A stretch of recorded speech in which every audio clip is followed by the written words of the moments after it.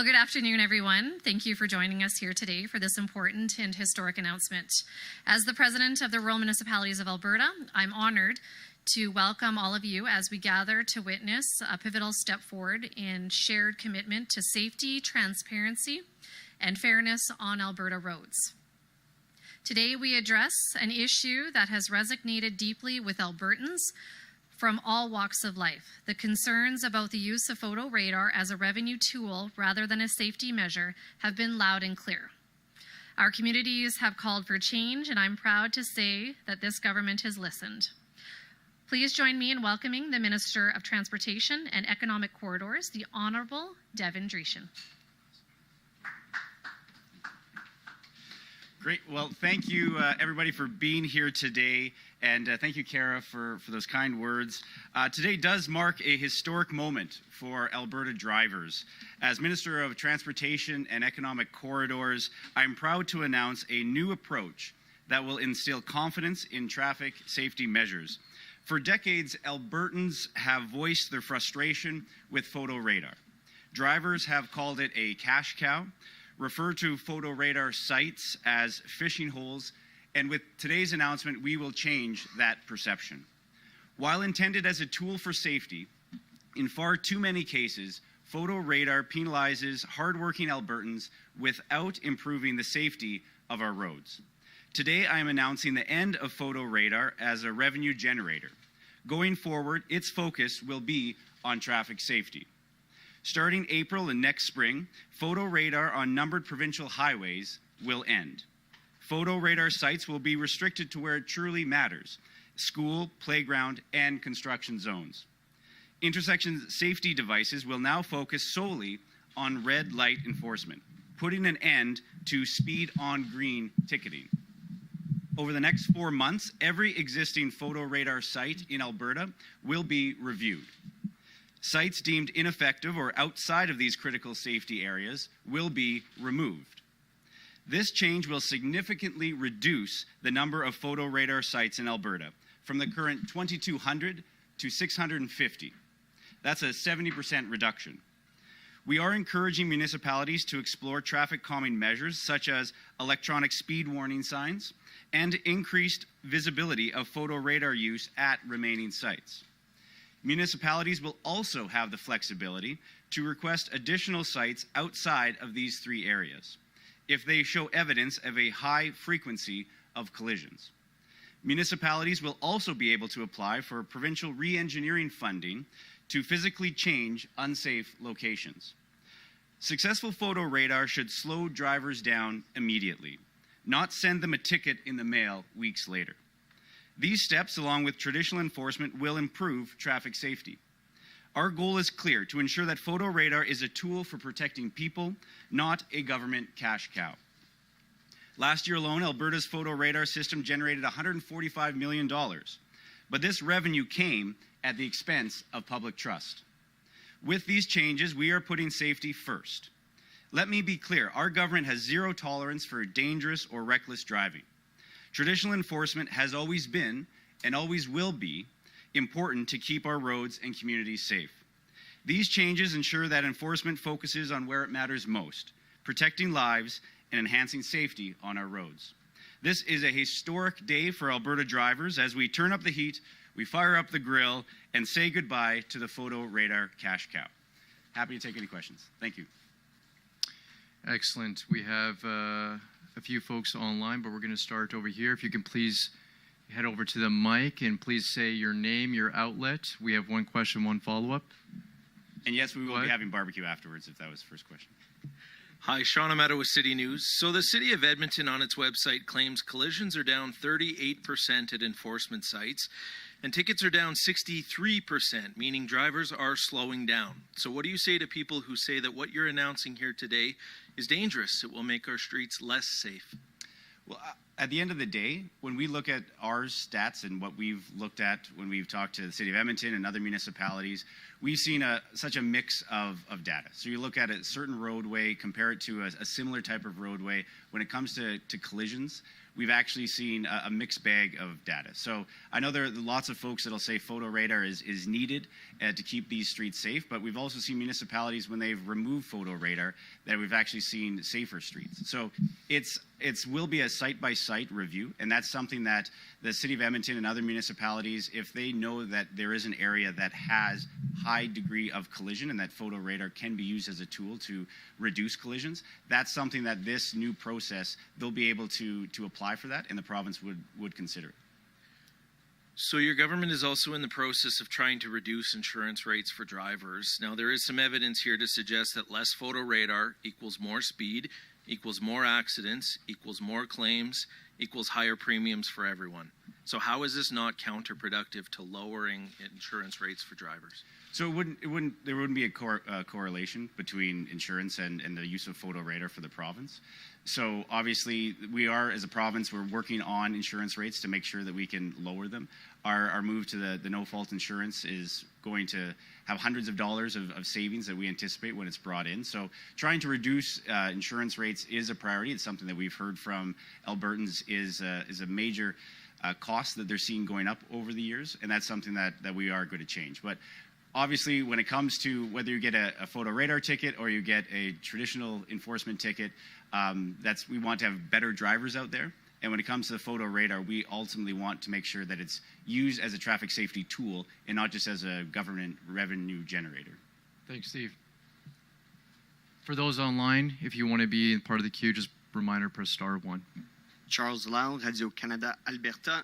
Some people might look at this and think you might be letting speeding off the hook in the province. What do you have to say to those people who might think that? Well, we're not banning speed limits. Obviously, we last year took photo radar use off of the ring roads in Edmonton and the ring roads in Calgary, and we've seen that as a huge success. Drivers were happy to see that there wasn't going to be a photo radar person or site at the bottom of a hill or they would see that you would actually have a disruption in the flow of traffic of folks that know where there's a photo radar location. If they're keeping up with the flow of traffic, they put on their brakes and they disrupt that flow, and maybe those that aren't anticipating the slowdown are obviously having to respond to that. So we've seen good results of removing photo radar off of the provincially owned and operated ring roads around Edmonton and Calgary. And I think this process going forward, working with municipalities to know that if there is a dangerous area in the city, that photo radar could be used on a case-by-case basis, but also the re-engineering aspect, that the province would put in money to help a municipality redesign a certain area that may be unsafe, because it might be a blind corner, it might need an extra turning lane. That type of physical location changes and re-engineering is something that we want to work and partner with municipalities to implement. Mm-hmm. And you mentioned that you guys will be reviewing all the sites. Will that be like in collaboration with the municipalities? I'm assuming it's not a blanket measure like everywhere? Yeah, of the 24 municipalities in Alberta that have photo radar, we spent the last summer engaging with all of them, talking to them to see what works and what doesn't work. And obviously, yeah, overlaying with the three areas where it can be school, construction, and playground zone. That will be the main focus. But like I said, there will be an opportunity for municipalities to make the case that if there's a certain area that it should have photo radar, even if it's outside of those three zones. But there will also be a 2-year review on the effectiveness of that location. Thanks. Lisa with Global Edmonton. We spoke with the mayor and Councillor Cartmell today, and the number one concern from them in regards to these changes would be loss of income. So a big portion of that money was spent on engineering solutions. What do you say to that and their worry? Because that obviously might have a trickle-down effect to safety as well. Well, and I guess that's the whole point. When you look at photo radar not being used as a revenue generator, when we did our consultation, I think it was Camrose that actually said that they lose money on photo radar, but they're happy because no one speeds going through Camrose. So that's, I think, the whole crux of the argument for photo radar use is great photo radar with lots of visibility, and people know that in a certain area they should not be speeding. That's effective, and that's a successful photo radar program, and that's something that we want to work with municipalities to make sure that we can help them use photo radar as a traffic safety tool and not as a revenue generator. So essentially, when they say that a lot of that money that is part of their budget is used for engineering solutions that are targeted for safety, is the only way to get that money through applying for funding, or is it just there's just more control by the province on where that money is used? It would be a separate line item for us for the provincial engineering funding, so that if they can identify a certain area that again needs a different realignment, that is something that we would partner with municipalities. That provincial dollars would go into that engineering, where typically we wouldn't be redesigning or building road infrastructure in the cities, but we would be to help on the traffic safety side going forward. Thanks, Lisa. Thank you. Okay, we're going to go online. We have CTV Calgary.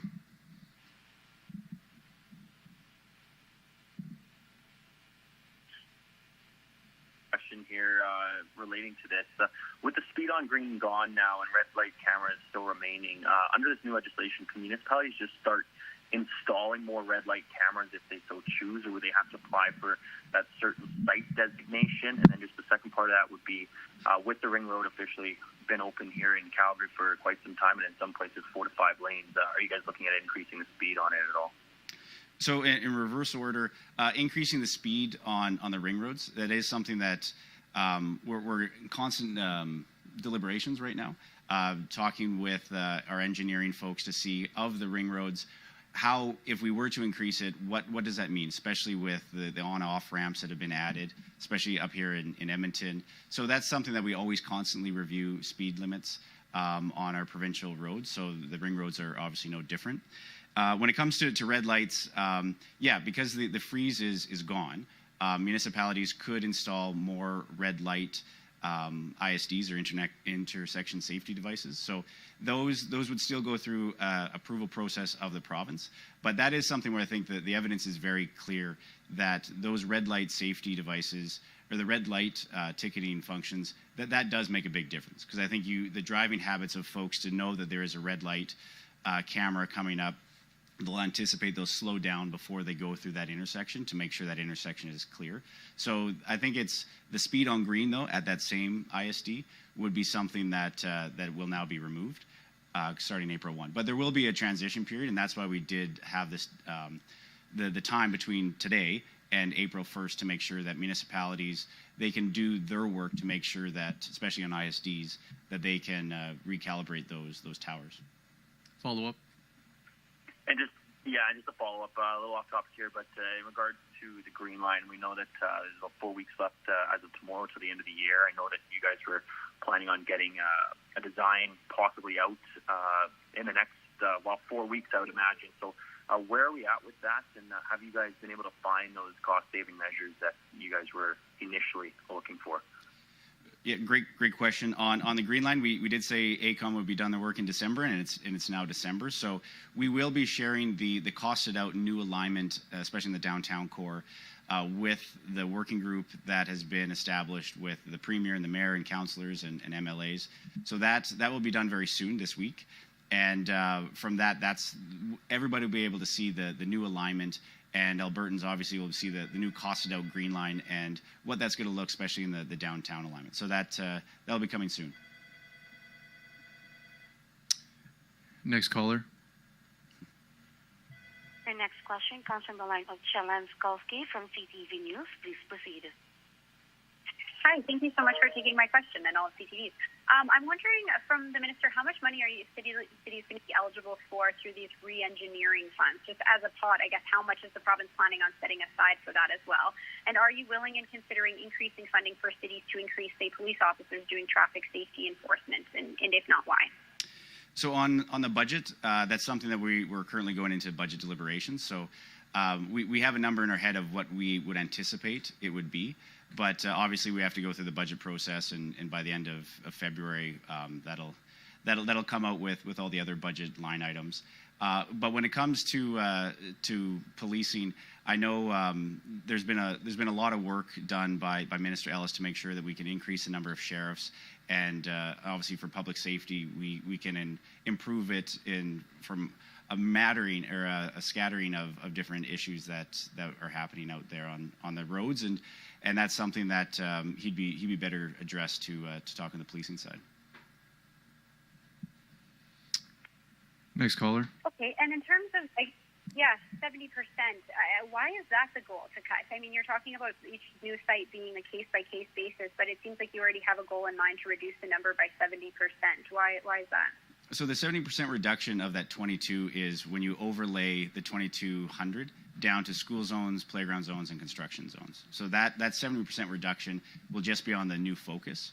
Obviously, if there's going to be a case-by-case to go above that 650, that's something that we will review with the municipalities. So it is going to be a floating target, but that was done through just math at the end of the day, not something that we had in mind. Next caller. Your next question comes from the line of Catherine Grekowski from Alberta Today. Please go ahead. Yeah, thanks. Similar question. I'm wondering, will there be a commitment to match the revenue that the municipalities otherwise would have got from these sites?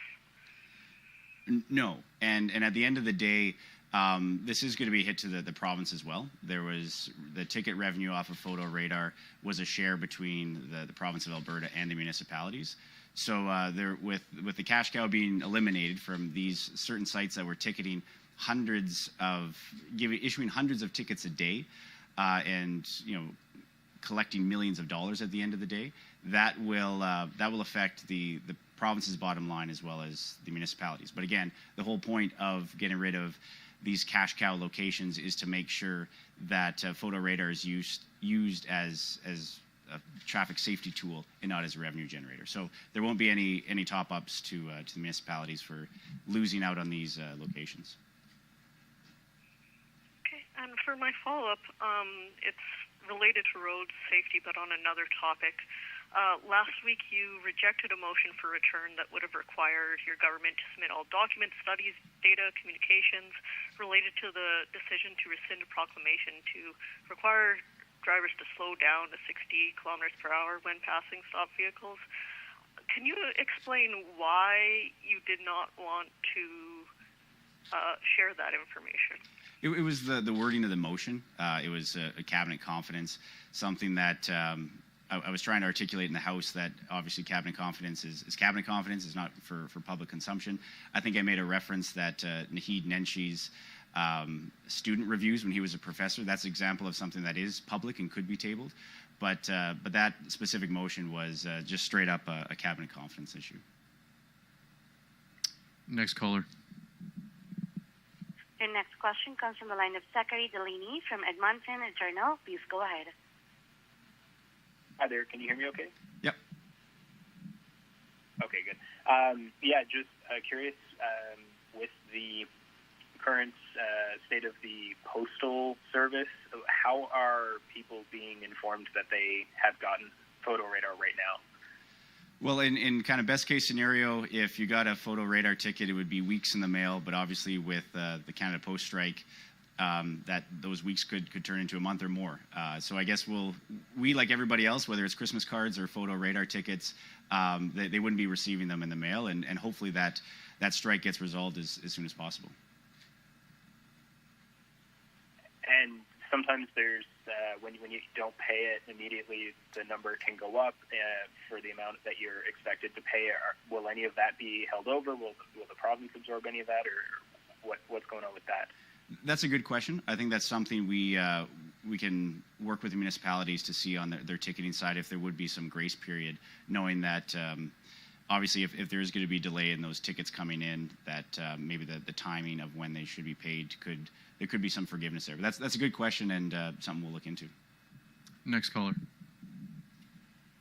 Your next question comes from the line of Janet French from CBC Edmonton. Please go ahead.